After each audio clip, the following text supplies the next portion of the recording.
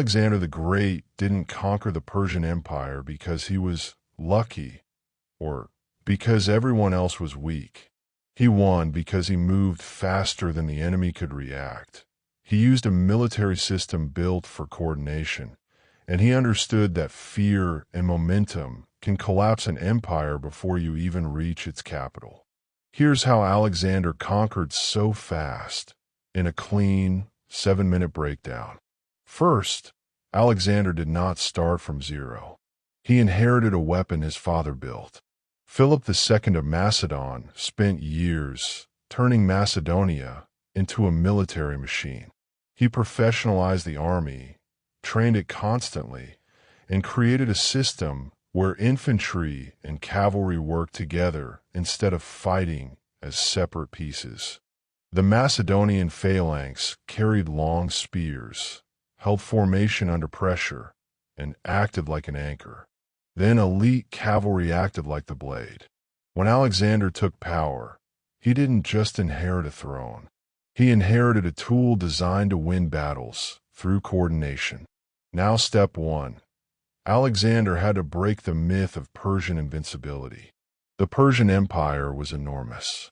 It had money, roads, administration, allies, and prestige. Most rivals didn't just fear Persia's army. They feared the idea that Persia was too big to beat. So Alexander's early goal wasn't simply territory. It was momentum. When he crossed into Asia, he pushed for a quick victory that sent a message. The rules are changing.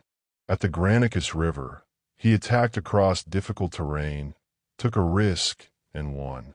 That kind of win spreads faster than any army because it changes what cities believe is possible. And once belief shifts, you don't have to conquer every place the hard way. Some places open gates. Some places negotiate. Some places switch sides early to survive. Step 2. He didn't conquer land first. He conquered control. Persia's strength included naval power and coastal control. Alexander didn't want to get trapped fighting at sea, where Persia could use its fleets and resources. So he attacked the problem indirectly.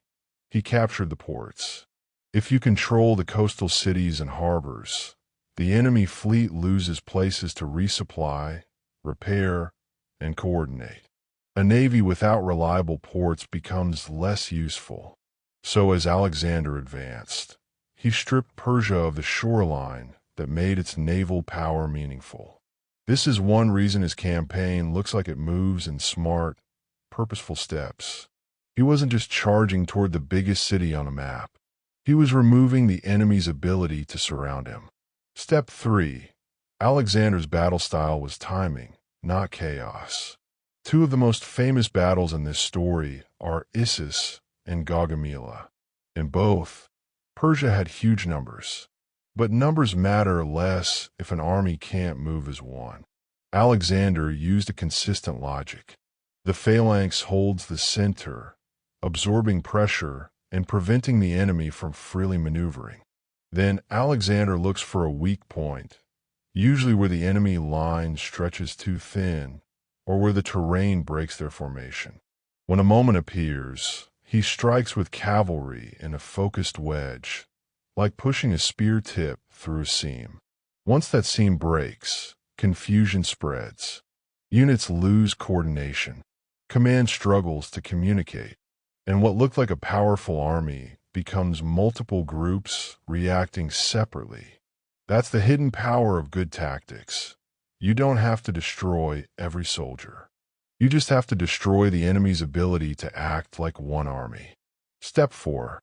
Alexander weaponized psychology. He didn't just win battles. He managed the story of the war. He presented himself as inevitable. He cultivated an image tied to destiny, and he used symbolic actions to tell cities and elites, this is the new center of power. You can resist and risk everything, or cooperate and keep your position. Empires don't function only through force. They function through cooperation. Local leaders, administrators, and elites keep the system running. If those people decide the old ruler can't protect them, they stop resisting. They negotiate. Alexander understood that conquering a place is one thing. Keeping it stable is another. So he often preserved local administration, adopted certain customs, and positioned himself as the rightful successor rather than a temporary raider. This lowered resistance and increased speed. Step 5.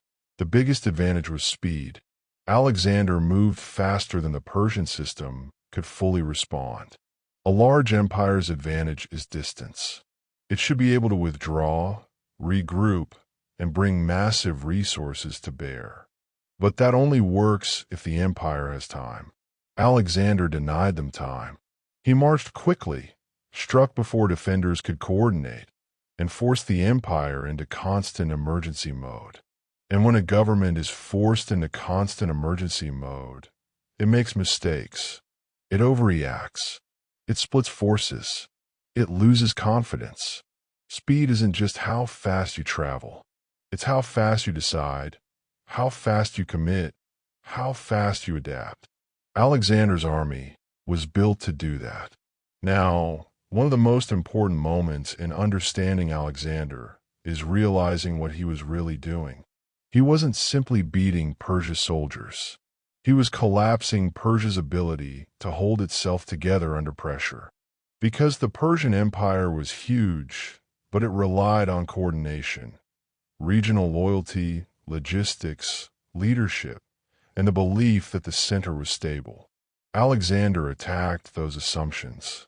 He kept winning. He kept moving. He kept forcing decisions. And the empire's stability cracked. So why did it fall apart after Alexander died? Because the empire he built was driven by one person.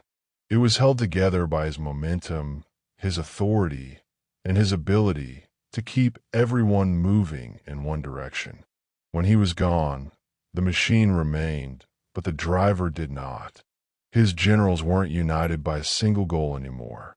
They were powerful, ambitious, and now competing for control.